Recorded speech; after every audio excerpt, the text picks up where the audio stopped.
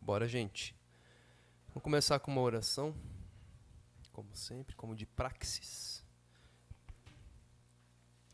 Pai, nós te agradecemos por esse momento, Senhor. Que o Teu Espírito seja o guia, Pai, dos nossos corações, do nosso entendimento, Senhor, do nosso cérebro, Pai, em direção à Tua verdade, em direção à sabedoria, Senhor. E que os Teus mandamentos, Senhor, os Teus preceitos eternos, a tudo, Senhor, todos os estatutos da sabedoria fiquem guardados no nosso coração, em nome de Jesus. Amém. Então, gente, a ideia seria nós iniciarmos a leitura do Animal Farm, né, do Revolução dos Bichos. Porém, eu pensei melhor, tá? E o que nós vamos fazer? Nós vamos continuar com a leitura do Thomas Mann durante as aulas. E breve eu vou mandar a gente vai fazer um vídeo e postar no YouTube sobre, né, uma aula minha, dando uma espécie de Reader's Companion, né, de auxílio de leitura, de suplemento, né, de leitura, acerca do livro do George Orwell, tá? Então vocês fiquem atentos no YouTube, a gente vai mandar lá no grupo da escola. Vocês fiquem atentos, aí vocês vão lendo a Revolução dos Bichos e logo vai ter um áudio, eu vou fazer um áudio, vou gravar áudio a respeito para auxiliar as pessoas na leitura. OK? Porém, as aulas nós vamos continuar com o Thomas Mann. Tá? Então, pessoal, vamos continuar? Onde que a gente parou?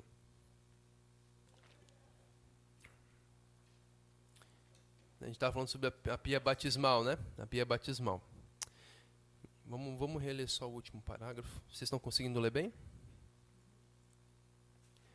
O pequeno levantava os olhos para a cabeça fina e comprida do ancião, que voltava a inclinar-se para a bacia, como fizera naquele momento já longínquo a que se referia. E se apoderava do menino uma sensação já muitas vezes experimentada, a impressão estranha, entre sonhadora e angustiante, de algo que desfilava sem se mover, que se mudava e contudo permanecia, algo que era tanto reiteração como vertiginosa monotonia. Impressão que ele conhecia... Só um minutinho.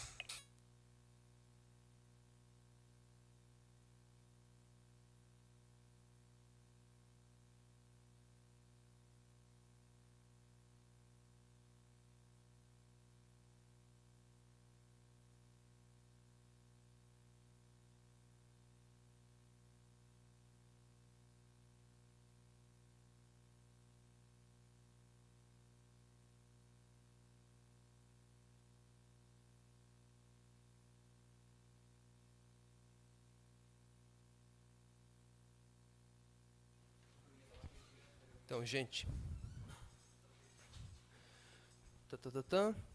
vamos lá. Era em parte pelo prazer de senti-la mais uma vez que pedia ao avô que lhe mostrasse a relíquia da família na sua imutável progressão.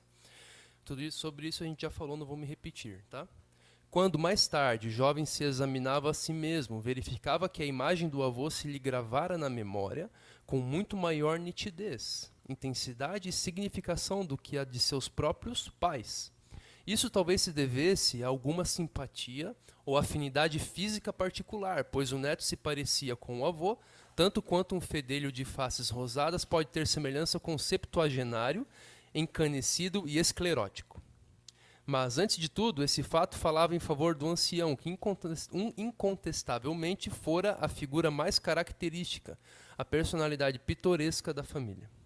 No que se referia a assuntos públicos, muito antes do traspasse é morte, tá? Do traspasse, em inglês se fala passing, the passing, né? Quando você passa para o outro lado, né? De Hans Lorenz Castorp, o tempo já atropelara sua maneira de ser e pensar. Interessante, né? É um modo interessante de se referir à senilidade, né? Quando a pessoa começa a ficar senil. O que é ficar senil? Senex, em latim, é ancião, né? Pessoa que fica senil é quando ela começa A idade começa, como diz Shakespeare, né? O tempo blunt the lion's paws, né? O tempo ele embota, né? As patas do leão, certo? Ele tira o fio das patas do leão, né? E da mesma maneira com os seres humanos, né? O tempo ele debilita, o tempo ele atenua o vigor do homem, as capacidades do homem, né? E aqui o Thomas Mann fala dessa maneira, muito antes, o tempo já atropelara sua maneira de ser e pensar, do velho, né? Do Hans Lunes Carpes. Fora homem profundamente cristão, membro da Igreja Reformada de opiniões tradicionalistas, e empenhava-se com tamanha tenacidade por manter aristocraticamente restrito o círculo social apto a ascender ao governo, que parecia viver no século XIV, ia falar. 14. É que eu ia falar 16, aí eu vi que era 4, né? Século 14. Tempo em que as corporações... acontece, gente. Tempo em que as corporações de artesãos da cidade, vencendo a encarniçada resistência do patriciado livre, conquistaram o direito de voto e assento no Conselho Municipal. O velho sentia grande dificuldade em adaptar-se a inovações. Sua vida coincidira com uma era de rápido desenvolvimento e revoluções múltiplas, com decênios... O que é decênio? Decênio é o período de 10 anos. Decênios de progresso em marcha forçada, que haviam exigido muita audácia e grande abnegação nos negócios públicos. Mas Deus sabe que não fora por culpa do velho Castor que o espírito moderno obtivera seus conhecidos e brilhantes triunfos. Ele dera maior importância às tradições ancestrais e às instituições antigas do que às arriscadas ampliações do porto e outros ímpios arremedos de cidades grandes. Refreara e se opusera sempre que possível, e se fosse por ele, a administração seria ainda hoje tão idílica e antiquada como seu próprio escritório. O que é idílica, gente? Idílica. Idílica e antiquada como seu próprio escritório. Ele se refere à administração. Se fosse por ele, a administração... O que é administração? Administração pública, certo? O governo. Seria ainda hoje, porque ele era um sujeito conservador, de posições conservadoras, e ele se opunha a tudo que era progresso moderno, né? E tudo aquilo que desmanchava, começava a dissolver, certo? A posição avantajada da aristocracia, a posição distinta da aristocracia, e meio que misturava as classes sociais num bolo indeterminado de pessoas sem nenhum tipo de pedigree. É fácil a gente falar hoje, não, a aristocracia era algo opressor, porque certas pessoas tinham privilégio acima de outras, né? Mas todos os assuntos humanos, eles são muito mais complexos do que isso. E eu falo para vocês que boa parte dos sofrimentos do ser humano que nós passamos hoje é pela falta de uma aristocracia forte. Se nós tivéssemos uma aristocracia forte, jamais o comunismo teria entrado na nossa nação. Ou em qualquer nação. Certo? Então a aristocracia, ela é a guardiã dos interesses do povo. Uma aristocracia forte, tradicional, né, que defenda os valores, verdadeiramente os valores morais, é o melhor.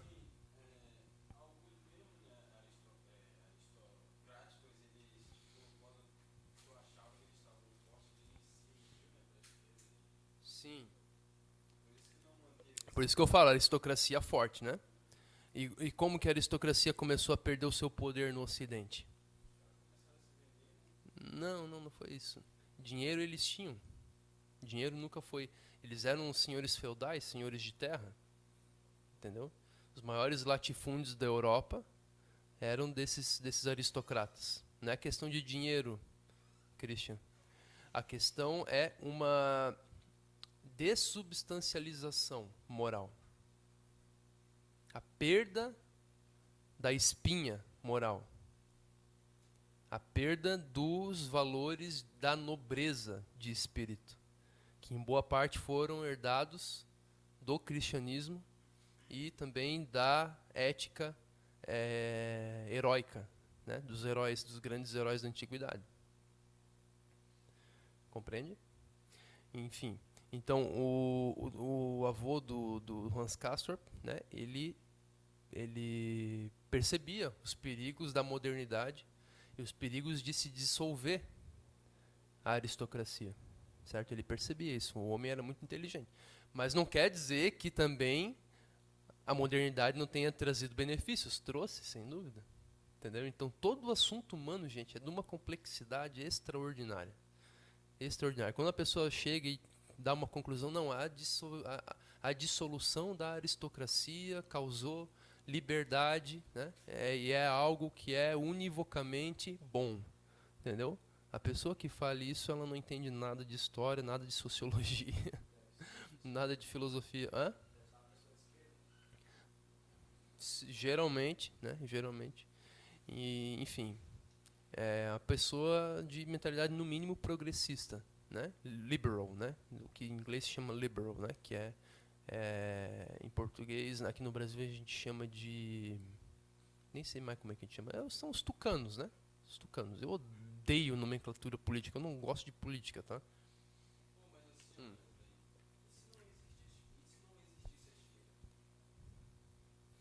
Como assim? Uhum. Não, não, não, não, não. É assim, gente, é o seguinte, não, não. Na realidade, Christian, o que ocorreu no Brasil, tá? É que não existe direita, só existe esquerda. Esse que é o problema. O problema não é existir esquerda. Em qualquer democracia saudável existem os dois lados. Existe a direita e existe a esquerda. Existe um setor mais conservador e um setor mais progressista, normal. E qualquer ser humano normal que tenha o tico e o teco funcionando, ora ele vai ser progressista, ora ele vai ser conservador. Porque não existe uma resposta unívoca aos problemas humanos.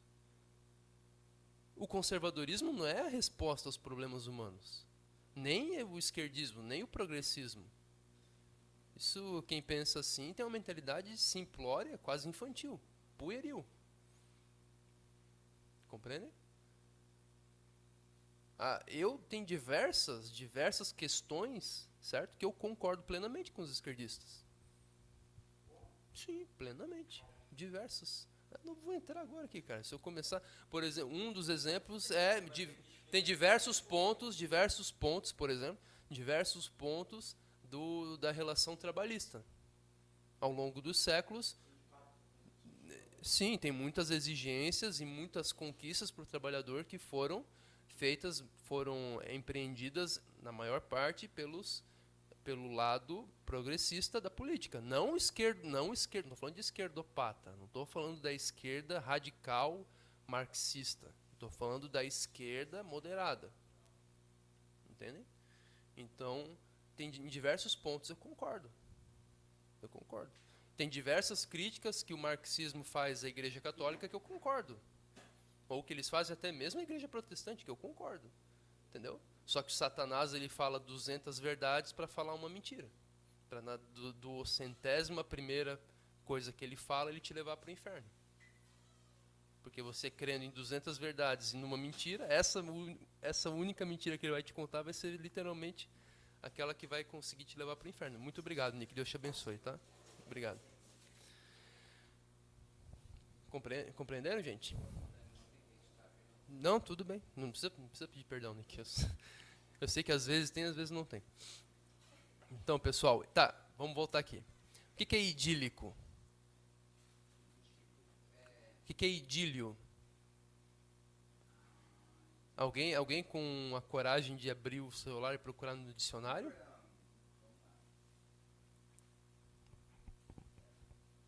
Vamos lá, vamos fazer um exercício de interpretação de texto a partir de palavras desconhecidas, a partir do dicionário. Vocês vão ver que a relação entre o verbete do dicionário e a interpretação do texto é uma relação altamente complexa.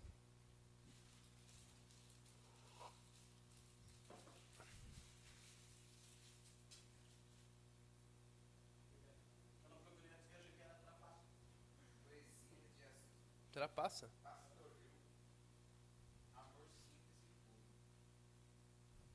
Em que dicionário você tá, cara? Idílio. Como é que é idílio? Le... Isso, utopia. Utopia. O que que é utopia?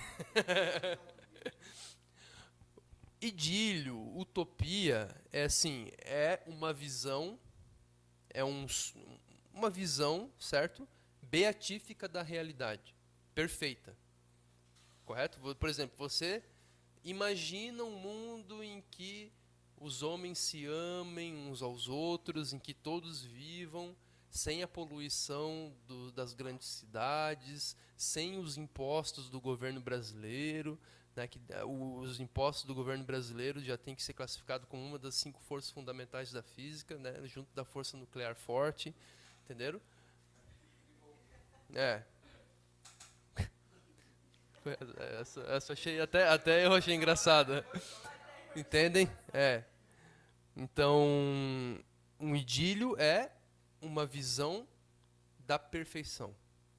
Um mundo perfeito, um mundo de ilusão, certo? Né? Então, as poesias pastorais, né? Bucólicas, né? Elas são um grande exemplo disso, né? Os contos pastorais, enfim, não vamos entrar nisso agora. Hum.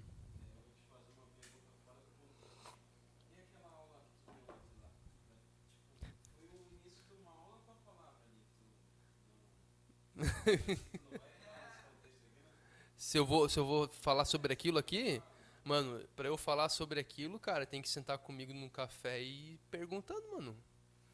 Entendeu? Ali. Ou uma vez eu fiquei, uma vez eu fiquei conversando com o Júnior até 4 da manhã lá na barraca, lá no quartel. Foi top, né, Júnior? Meu, mas aquele dia o Júnior aproveitou, cara. Meu, o Júnior veio com uma lista de perguntas assim. Foi top. É.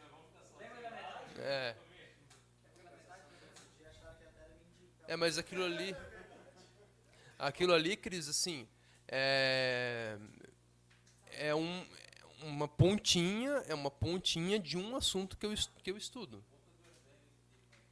Iceberg, isso aí.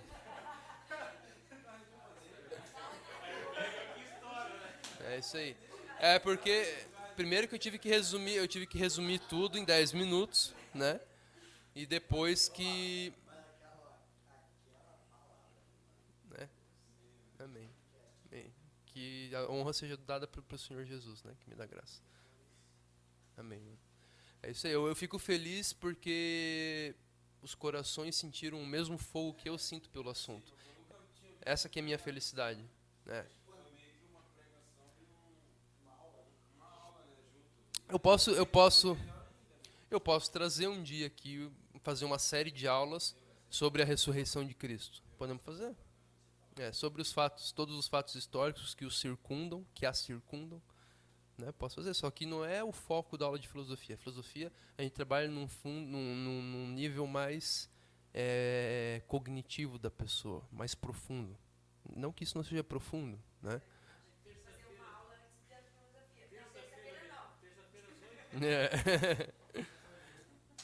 É. Mas, cara, se um dia. Bora tomar um café um dia, a gente conversa, fica a tarde toda. Eu adoro conversar. Eu adoro conversar sobre essas coisas. Então, tá, vamos continuar, gente. Então isso é um idílio, tá? E se fosse por ele, a administração seria ainda hoje tão idílica e antiquada como seu próprio escritório. Quer dizer, o Thomas Mann não, o narrador, né, está aqui aludindo, ele está aqui insinuando que a visão política do velho Hans Castorp, né, Hans Lorenz Castorp, era idílica, era iludida, certo? Era delirante, era ingênua, Compreendem? Então você pode ver que o narrador da Montanha Mágica ele tem um certo viés modernista. Compreendem? Ele meio que pintou, né, o velho Castor com os pincéis bem enviesados para o modernismo. Entendem? Por que o cara querer que a administração pública não mude é idílico? Entenderam? Tipo uma criança ela é muito idílica. Ela tem muitos idílios. Eu lembro que eu tinha muitos idílios quando eu era pequenininho. Tinha, né? Você tinha visões sobre a vida, sonhos, não sei o que, né? Aquela coisa toda, né? E daí depois você vê que a vida, por um lado, ela é muito pior e por outro lado, ela é muito melhor do que os idílios. Certo? Exatamente. Então aqui você pode ver que existe uma certa nota, existe um certo viés bem sutil de modernismo no narrador que está narrando a Montanha Mágica. Não necessariamente no Thomas Mann, mas no narrador. Compreende? Vocês lembram da outra aula em que eu falei que o narrador não é o autor. O narrador, ele é um narrador ficcional. Tá? Isso existe professor doutorado da USP que não entende. Tá? Verdade. Uhum. Eu sei porque o Olavo corrigiu um cara uma vez sobre isso. Eu nunca esqueci, né? Eu nunca confundi isso, né? Eu sempre soube. Sempre tive um certo senso. Tá? Então, pegaram então toda a crítica que o autor fez com essa palavra, idílica. Você vê quantas coisas tem por trás, a carga semântica, certo? Que tem por trás dessa palavra, idílico. Né? Então no Hans Castorp, então quer dizer que você querer que a administração pública não mude é ingenuidade, pueril. Entendem? Então você tem que também tomar cuidado, porque, embora o Thomas Mann seja um autor extraordinário, um gênio fabuloso, vai ter muitas coisas que ele vai colocar ali que vai ficar no teu subconsciente estereotipicamente. Entendeu? Então, toda vez que você pensar num sujeito conservador, você vai imaginar ele como um velho, senil, entendeu? Estagnado e ingênuo e bobo. Compreende? Então, sempre tem que ler com régua e compasso na mão, tá? Era assim que o ancião, em tempos de vida, e mesmo depois, se apresentava... Mesmo depois? Se apresentava aos olhos de seus concidadãos. Vejam que interessante. Né? Eles, em tempos de vida e mesmo depois de morto, certo? Se apresentava aos olhos de seus concidadãos. E se o pequeno Hans Castorp nada entendia de assuntos públicos, seu olhar silencioso e contemplativo de criança fazia como que exatamente as mesmas observações. Observações mudas, despidas de crítica, porém cheias de vida e que mais tarde, como reminiscência consciente, conservavam seu caráter de irrestrita aprovação, hostil a qualquer análise verbal. O que Thomas Mann está falando aqui, gente? Que o Hans Castorp, ele aderiu inconscientemente, certo, a mesma sensibilidade conservadora do avô dele. Isso é muito comum acontecer, tá? Por quê? Porque a figura paterna, ela é o símbolo da ordem. Isso é muito profundo, isso a psicologia já conhece vastamente, né? A figura do pai é a figura da ordem, a estrutura do mundo. A criança olha pro pai, certo? E no pai ela percebe a estrutura da realidade. Ela espera do pai saber o que é a estrutura da realidade. O pai é aquele que, primeiro, simboliza a ordem do cosmos, a ordem da existência para o filho, e também aquele que indica para ele como que as coisas são. Certo? Talvez vocês não se lembrem, porque vocês já são crescidos, mas quando a gente é criança, a gente não sabe nada acerca de nada. A gente não sabe nada, gente. O que é Deus? De onde que eu vim? O que é Deus? Entendeu? Quem que te falou isso, Lucas? Teu pai. Entendeu? E a mãe ensinar isso não é a mesma coisa. É o pai. O pai, porque o pai, além de ensinar, a mãe pode ensinar, mas o ensino do pai é muito mais forte, porque o pai simboliza isso com o seu próprio ser. Ele simboliza a ordem. A mãe simboliza a alegria. A mãe simboliza o conforto emocional. Simboliza a satisfação de espírito. É isso que a mãe simboliza. Entendem? Então, o cara pode estar muito, assim, 100% orientado acerca do mundo, mas ser triste. Isso aconteceu comigo muito na minha infância, na minha vida inteira. Entenderam? Cara, eu sabia tudo sobre tudo, eu estava perfeitamente encaminhado nisso, não tinha nenhuma dúvida. Mas a minha vida era triste. Por quê? Porque me faltou por uma série de não que minha mãe não tenha sido, minha mãe foi maravilhosa para mim, né? Mas por uma série de coisas que aconteceram na minha vida, né? Eu tive uma grande dificuldade de ter um contato com a figura feminina, que é o símbolo da alegria, da satisfação, do conforto. Entende? Talvez se eu disse uma criança, um bebê mesmo, vamos supor, Davi, se sente mais confortável com a mãe do que com o pai. Isso é lógico. Ele não anseia pelo conhecimento e coisa. Exatamente. Claro, quando a criança. Então é coisa bem óbvia, na verdade, né? Porque o corpo do homem é agressivo para a criança, né? O homem. Hum. Não é claro, né? Ficar longe. Mas é fato que ele vai preferir ficar muito mais tempo com a mãe. Entendeu? É fato, tá? E até por causa da amamentação e tudo mais, né? Então é um fato até óbvio, né? O pai, né, o corpo do homem é duro, é agressivo, tem barba, fala alto, a mãe é macia, delicada, fala suave, entendeu? Então já começa desde pequenininho a mãe sendo a figura de tudo que é conforto e o pai a figura daquilo que é exterior, mas que o protege. Isso que é a ordem do cosmos, é algo que é exterior a nós, que não depende de nós, mas que nos protege. Compreende? Isso que é o pai. Por isso que a segurança, né, a autoconfiança da criança depende do pai, tá? E a alegria e a saúde emocional depende da mãe. Vamos lá. Era assim que um ancião em tempos de vida e meses depois se apresentava aos olhos, blá, blá, blá, blá. Certo. Então Hans Castorp se tornou, seguiu, né, inconscientemente, né, a mesma mentalidade do avô. Como já dissemos, havia nisso um quê de simpatia, aquele laço íntimo, aquela afinidade de almas que não raras vezes salta uma geração.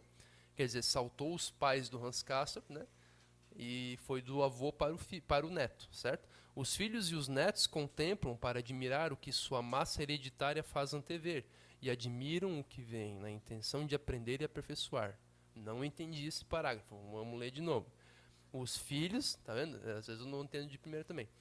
Como já dissemos, havia nisso um quê de simpatia, aquele laço íntimo, aquela afinidade de almas que não raras vezes salta uma geração. Os filhos e os netos contemplam para admirar o que sua massa hereditária faz antever. E admiram o que vem na intenção de aprender e aperfeiçoar. Ah, tá. É meio que desconexo. Exatamente. Né? Os filhos e os netos contemplam para admirar o que sua massa hereditária, que todos aqueles que vieram antes deles, né, faz antever. Certo? Então, aquilo que está prefigurado neles. E admiram o que vem na intenção de aprender e aperfeiçoar. Certo? Então, o avô dele fazia o Hans Castorp antever algo acerca da realidade, acerca da ordem, aqui no caso mais da ordem social, certo? E o Hans Castorp, ele admirava e é um instinto, certo? Natural do ser humano, né? Observar os seus antepassados para neles começar a aprender, para depois aperfeiçoar, aprender mais e aperfeiçoar aquilo que ele recebeu. Mas você precisa receber um legado primeiro. Se você não receber legado nenhum, você não tem o que aperfeiçoar. Entende? O senador Castorp era alto e macilento. Os anos lhe haviam curvado os ombros e a nuca, mas ele fazia esforço intenso para compensar isso por uma postura muito ereta. Ao assumi-la numa dignidade penosamente mantida, contraía-se-lhe a boca, cujos lábios já não se apoiavam em dentes, repousando sobre as gengivas vazias, uma vez que o ancião punha a dentadura postiça apenas para comer. Então era meio assim, né? E quando ele ficava ereto, ele meio que fazia força, né? E fazia um trejeito na boca. E justamente esse esforço, aumentado talvez pelo empenho de escolher um incipiente tremor da cabeça, por esse de esconder um incipiente. O que é incipiente? Incipiente é que está começando, tá? Um incipiente, né? Aquilo que está começando, que estava no início ainda, certo? Tremor da cabeça, né? É que determinava aquela atitude austera e tesa. Tesa é fixo e esticado, tá? Com o queixo escorado pelo nó da gravata, posição que tanto agradava ao pequeno Hans Castor. Então vocês vejam que essa atitude de dignidade do avô do Hans Castor era mantida a duras penas. Coitado do velho. Ele estava sofrendo no fundo, mas ele mantinha a sua dignidade, tá? Então você vê que existe um quê aí, né? Existe uma nota de aristocracia nesse homem, né? Os aristocratas, os heróis, os cavalheiros, né? Eles, para manter o código da cavalaria e o código e os preceitos morais e a dignidade do seu extrato social, o que eles faziam? Eles sacrificavam qualquer coisa. Ele cortava a mão na hora. Se fosse questão de honra, o cara pegava e literalmente cortava a sua própria mão, sem pensar duas vezes. Entendeu? O que você falou, Lucas? Agora, eu fiquei pensando ali, né, cara, no narrador e o autor. Lá no começo, era o narrador ou era o Thomas Mann falando? Não, no prólogo era o Thomas Mann. Não, aqui não. Não. Não, no prólogo era o narrador. Era o próprio narrador. Uhum. Era o narrador já. Pode haver livros em que o prólogo seja o autor, certo? Existe um prólogo do Dickens a... Como? Não, ele está se referindo sempre ao Hans Castorp. Se ele está se referindo ao Hans Castorp, está se referindo a alguém, então está na terceira pessoa. Entendeu? Se ele estivesse na primeira pessoa, seria eu. Eu vi isso, eu viajei e eu peguei o trem. Mas ele está falando do Hans Castorp pegou o trem, o Hans Castorp viajou. Sim, eu digo na parte dos detalhes, quando a fumaça vinha. Mas aí entra a questão da onisciência. Lembra que eu falei? Onisciência. É um ponto de vista universal. O narrador aqui está assumindo o ponto de vista universal. Como que, se o Hans Castorp estava sozinho no vagão do trem, como que o narrador testemunhou que a fumaça lhe vinha no rosto? Não. Não, porque aqui é literatura. Na literatura, o narrador ele assume o ponto de vista universal, da onisciência quase. Entende? Por exemplo, diversas vezes o narrador aqui ele descreve o estado interior do Hans Castor. Uma pessoa que estivesse do lado do Hans Castor poderia saber o seu estado interior, tal como o narrador está narrando? Não. Então você percebe que é do ponto de vista de uma consciência universal que tudo observa, que tudo vê e que tudo penetra. Por isso que a literatura é tão forte. Porque a imaginação, a inteligência, a experiência, a força de penetração do autor te faz penetrar nas situações de um ponto de vista da universalidade. E você, na sua vida, você vai começar a ver as coisas, muitas vezes, desse ponto de vista e não do seu ponto de vista de primeira pessoa. Entende? O Hans Castorp, ali no momento, ele estava vendo só a fumaça que lhe vinha no rosto, naquele momento do trem.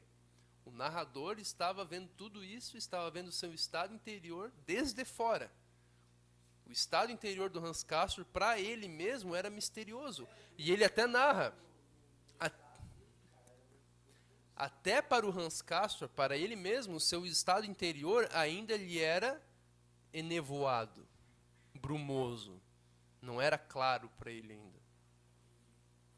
Mas o narrador, do ponto de vista da universalidade, da sabedoria, da consciência universal, ele já sabe todas as conexões entre o estado do Hans Castorp, entre a vida pregressa que ele teve, entre a criação dele, entre aquilo que vai acontecer depois.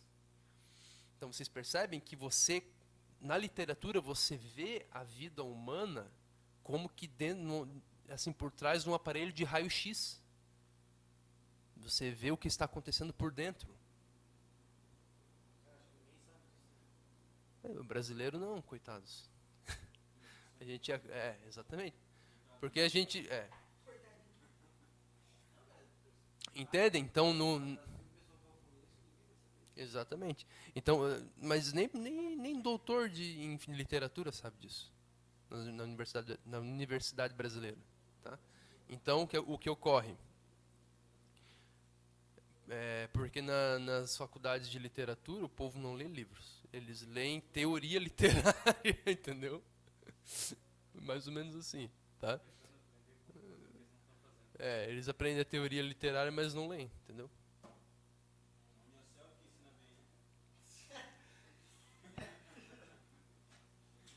Cara, pode ser Uniacel e pode ser o que for, cara. Pode vir Harvard pro Brasil, entendeu? Não importa, cara. É o programa do MEC, cara. Entendeu? É o programa do MEC, tá? Então, gente. Então vocês compreendem que a vida humana aparece desde o ponto de vista da consciência, de uma consciência universal. Muitos romances não, a pessoa conta em primeira pessoa, tá? Mas mesmo aí a pessoa pode falar refletindo de um ponto de vista que já é superior, mais amplo que aquele que ela tinha quando ela viveu aquilo. Isso acontece muito nos romances do Machado de Assis. Inclusive, existe o Memórias Póstumas de Brás Cubas. Memórias póstumas. Sabe o que é escrever memórias? É tu escrever algo que você viveu. Póstumo, sabe o que é póstumo? É pós-tumo, é de tumba, de morte, sepultura. Póstumo é aquilo que acontece depois da morte de alguém. Então quer dizer, memória póstuma. Como que o cara vai escrever uma memória depois de morrer? Mas como diz o autor, né, no começo, ele fala assim, a dedicatória do livro é assim, ao verme, eu dedico esse livro ao verme que primeiro roeu as carnes frias do meu cadáver. Ele está escrevendo desde o além, as memórias da vida dele. Então ele está narrando em primeira pessoa, mas desde um ponto de vista, não da eternidade ali, porque Machado de Assis ele é irônico, né, demais, né? Ele não ia colocar alguém na eternidade, que nem Dante Alighieri, mas desde um ponto de vista, pelo menos, muito mais geral, muito mais panorâmico do que aquele em que ele tinha quando ele viveu os fatos. Então, quando você começa a ler literatura e começa a se aprofundar de verdade, começa a não ir na viagem de fim de ano da escola para ficar lendo, que nem eu fiz, e você lê, a vida humana começa a aparecer para ti, entendeu? Desnudada. E pra gente, quando, tipo, assim, a gente não foi acostumado, né, nesse ritmo, e a gente, tipo, agora, eu, no meu caso, não sei se vocês são assim, mas quando eu vou tentar ler, eu tô pegando no ritmo e não tá do lado. Uhum. Aí, Parece que eu pego em boa parte se deve ao fato da pessoa não saber ler. Porque se você não sabe ler, se você lê do modo como o brasileiro lê, é um saco ler. Entendeu? Exatamente, é o que eu faço aqui na aula, isso que é ler. É isso que a gente faz aqui. Exatamente. Mas ler do modo como se lê por aí, eu não indico que você lê, não. Se é pra ficar, vai quebrar pedra, entendeu? Vai cachimbar formiga, vai lamber um pouquinho de sabão, entendeu? Que você vai ganhar mais. Vai olhar se... Vai olhar se alguém está na esquina, entendeu? Essas coisas assim, né? Vai secar gelo, entendeu? Coisa assim. Então, isso o professor Olavo sempre falava, né? Ele falava assim, nossa, porque ele era um homem que sempre estava cercado de livros. Para onde ele ia, ele levava livro, né? Aí o que ocorre? O pessoal fala, nossa, você é um homem que gosta de ler, né? E ele fala, ele fala eu odeio ler. Só um idiota gosta de ler. Eu gosto de aprender. Entendeu? Ler é um saco. Eu também acho um saco ler. Eu não gosto de ler. Eu gosto de aprender. Entendeu? Se tu me colocar algo chato para eu ler, eu nunca vou ler na minha vida. Eu não tenho. Tem gente que lê coisa chata. Eu não consigo ler. Eu não consigo. Chata que eu digo do ponto de vista, porque eu sei o que tem qualidade e o que não tem, né, pela minha experiência, entendeu? Então tu coloca algo que não tem a qualidade na minha frente, é a maior tortura do universo pra mim, entendeu? Aí tem gente que gosta de ler porcaria, por quê? Porque a pessoa ama não aprender, ela ama o fato de ler. Mas daí isso daí é tara, isso daí é fetiche, entendeu? Fetiche. É que nem o cara que gosta de apanhar de chicote de couro, entendeu? Põe cuecão de couro e gosta de apanhar de chicote, entendeu? É um fetiche, tá? Então vamos lá, não faz sentido algum.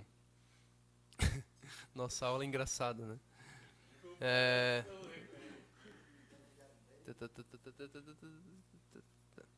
E justamente esse esforço, aumentado talvez pelo empenho de esconder o incipiente tremor da cabeça, é que determinava aquela atitude austera e tesa, com o queixo escorado pelo nó da gravata, posição que tanto agradava ao pequeno Hans Castorp.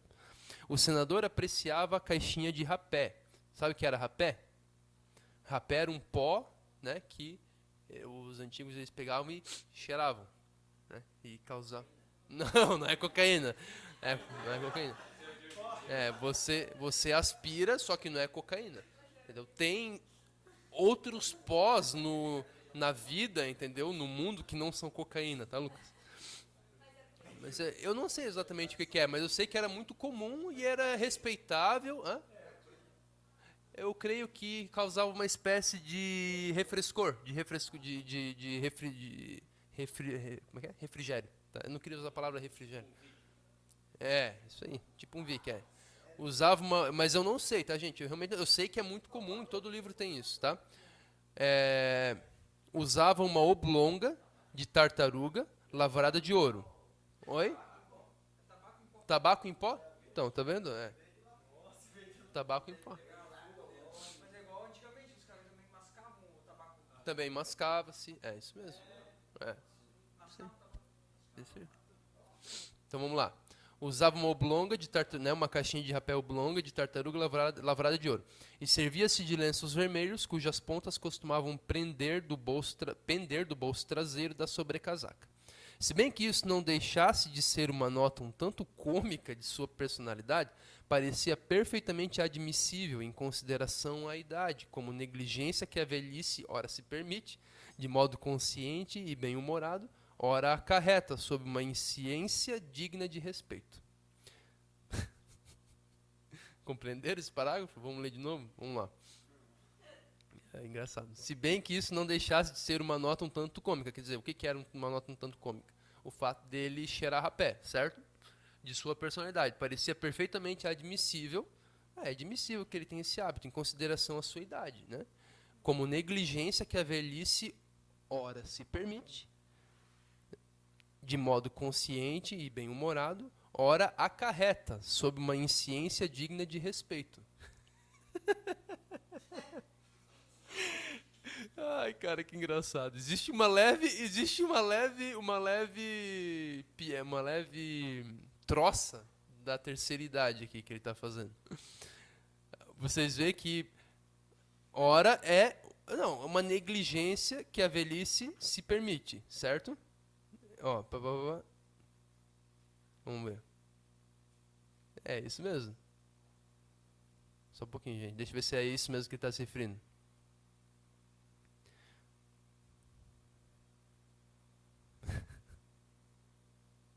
Não, ele está falando do fato.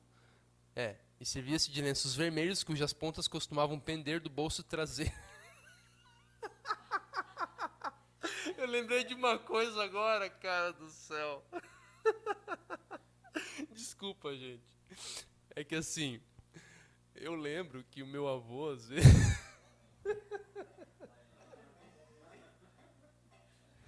O meu avô, às vezes, ele... Porque quando tu vai ficando velho, tu vai ficando criança de novo e tu vai ficando cada vez menos preocupado com a tua aparência, tu dá cada vez menos bola pras coisas, né? Dane-se, entendeu? Às vezes o meu avô saía do banheiro, cara, e vinha uns papel higiênico grudado nele. Nota, meu avô era cego, tá? Então, claro, né? Tem esse agravante, né? Mas eu me lembro que eu tinha um professor de matemática, gente. Eu tinha um professor de matemática no Pedro II. O cara, ele era um gênio, cara. Ele era muito inteligente. Ele tinha trabalhado na Agência Espacial Brasileira, né? O cara é genial. Pois é. Esquisitão, né? E, cara, ele ia, gente. Ele era mais velhão já, né? Ele ia, cara, com uma calça, aquelas calças bem largas, assim, tipo, antiga, sabe? Tipo de sarja, assim, uma cor sarja, assim, né? É, que socialzão, assim, né? Mais antigana. Sem cueca, mano. Cara, e não tinha detalhe anatômico que aquela calça não revelasse. Vamos falar assim. Gente do céu. Cara, não, cara, era muito engraçado. Tu se cagava de rir na aula dele, cara, porque, entendeu? E ele todo sério, entendeu? Então assim, ó, e esse lenço vermelho que pende da calça do... É ridículo, né? O homem todo bem vestido, de sobrecasaca, né? Com uma atitude toda digna, com um lenço vermelho pendendo do bolso traseiro, na bunda, entendeu? Aqui é mais pra trás, né? Era uma nota um tanto cômica de sua personalidade, parecia perfeitamente admissível em consideração à idade. Ah, tá, o cara é velho, acontece, ele já não tá mais tão esperto, não tá mais tão circunspecto, né? Acontece. Às vezes o cara não consegue nem alcançar a mão aqui atrás, né, para tirar. Como negligência que a velhice ora se permite. Quer dizer, eu já tô velho mesmo, não tô nem mais aí pra minha aparência, então deixa ali, entendeu? Não tô nem aí mais, né? Não tá mais se cuidando tanto, né? De modo consciente e bem-humorado. Deixa ali, entendeu? Não tô nem aí. Ora acarreta, às vezes...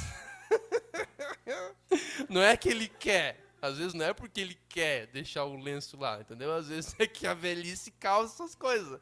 É veieira, como dizem, entendeu? Compreende? Ora ela acarreta, ora ela se permite, ora ela acarreta, ela causa, certo? Sob uma insciência digna de respeito. Quer dizer, é exatamente o que eu ri, porque é exatamente o que eu sentia pelo meu avô. Eu via aquele... Insciência, o que é insciência? É não saber, certo? É uma inconsciência. Insciência é não saber, um desconhecimento, certo? Então, às vezes, eu via o meu avô saindo do banheiro com os papel higiênico grudado na camisa, grudado assim, e eu sabia que ele não sabia, mas eu sabia que a insciência dele era digna de respeito, eu sentia um certo respeito, não ia rir da cara dele. Tipo, meu avô tá com um papel higiênico assim grudado, entendeu? Mas era uma insciência digna de respeito. Por quê? Porque ele é ancião, ele é meu avô, ele é o pai do meu pai, entendeu? Ele era cego também nesse caso, né? Entenderam? Uma insciência digna de respeito. Oi? Não tinha coragem, mano. Não, é porque meu avô ele era complicado também. Ele tinha outros pontos ali que era complicado, sabe? Mas me cagava de rir. Eu ria com respeito. Ai. Enfim, gente. Então, cara, esse meu professor é muito engraçado, né? Meu Deus. Ele me adorava, cara, porque eu acho que eu era o único que entendia a aula dele. Ninguém mais entendia a aula dele. Ele dava tipo uma... ele tipo dava uma... Não, todo mundo me odiava, não me odiava, porque eu passava cola, entendeu? Não me odiava. Eu fiz muita gente passar de ano, cara. Não, tá tudo confessado já. Uma vez esse professor, ele parou uma outra aula, nem lembro que aula que a gente tava tendo, acho que de física, uma coisa assim.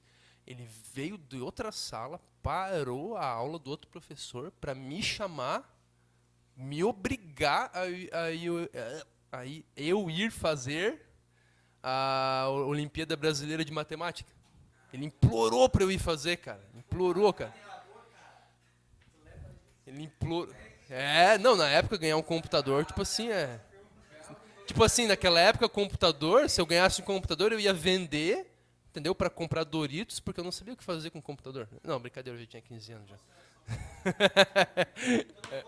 Oi?